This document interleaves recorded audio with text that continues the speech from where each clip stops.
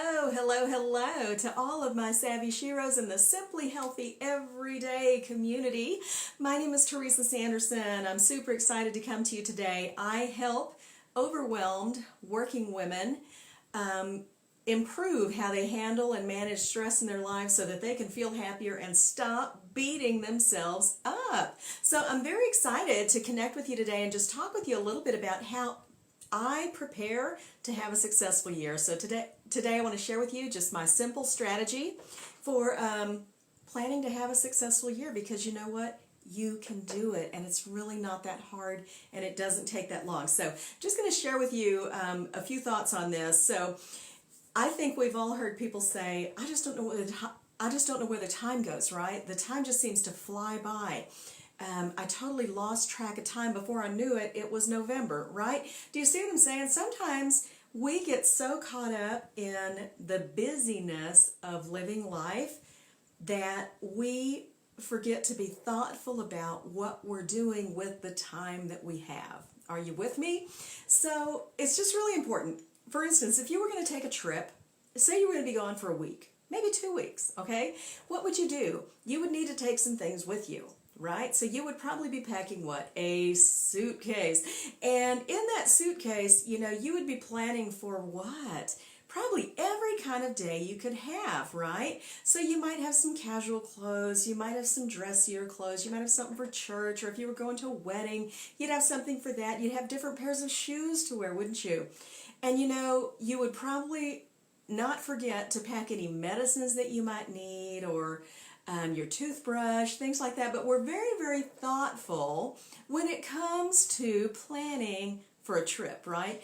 And that's going to be for a finite period of time. Usually it's going to be, a vacation, maybe 1 to 2 weeks. But we're very, very thoughtful about everything that we put in that suitcase. And doesn't it even make us more thoughtful, all of the airline rules about how much that suitcase can weigh, right? We have to get very, very creative about how we can carry the stuff we need. So I want you to imagine, though, that as you start a new year, and you can begin this process in any 12-month period. So what I'm sharing with you today, you do not need to wait until the beginning of the year to start doing this. But I want you to think about, if you're going on a trip for the next year, and you are, because you're going to travel 12 different months. You're going to travel those months. You might be alone. You might have some guests. But whatever you're doing, you are going on this trip for the next 12 months, okay? What do you want to have in it? What do you want to put in it? What do you want to prepare, so that you can make the most of these next 12 months, so that you can be fully ready to take advantage of everything that comes your way during that time? Do you see what I mean? What would your trip be like, your little vacation trip, if you didn't pack a jacket and you got cold? See what I mean? What would it be like if you kind of knew where you were going, but you didn't take a map? It's the same kind of thing. So when I think about the starting of each new year, my husband and I actually started this process several years ago, and we started doing what we call our annual planning in October. And it really takes us just a few hours, or not even a few hours, a few minutes, maybe half an hour anymore, to kind of look at what we've got and maybe make some adjustments. So maybe an hour at the most every year. But what we look at is, what are our goals? What are maybe our business and financial goals? Okay, we want to kind of put those in there so we know what those are. And what are our relationship goals? What relationships would we like to cultivate this year? Who do we want to spend time with?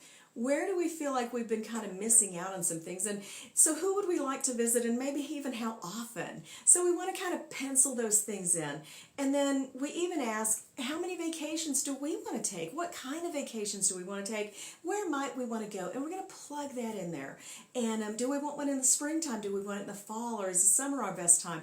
We want to start thinking about those things now, so that as the time comes, we are ready. Do you see what I mean?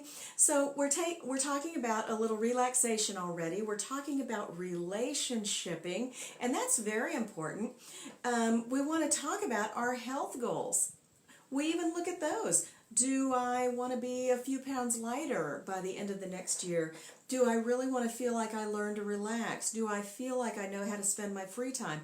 Are there any hobbies that I'd like to get involved with or maybe get reacquainted with that I've let go somewhere down the line? Do you see what I mean? So it's this well-balanced overview of the year, and we kind of plug in some ideas for what kind of things would we like to do for fun? What kind of hobbies would we be interested in? How many times do we want to go fishing?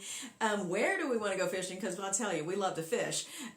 What kind of things might we host at our home? We usually do kind of a Labor Day bash when we close down our pool for the season. But what other things might we want to do to where we gather people in our home?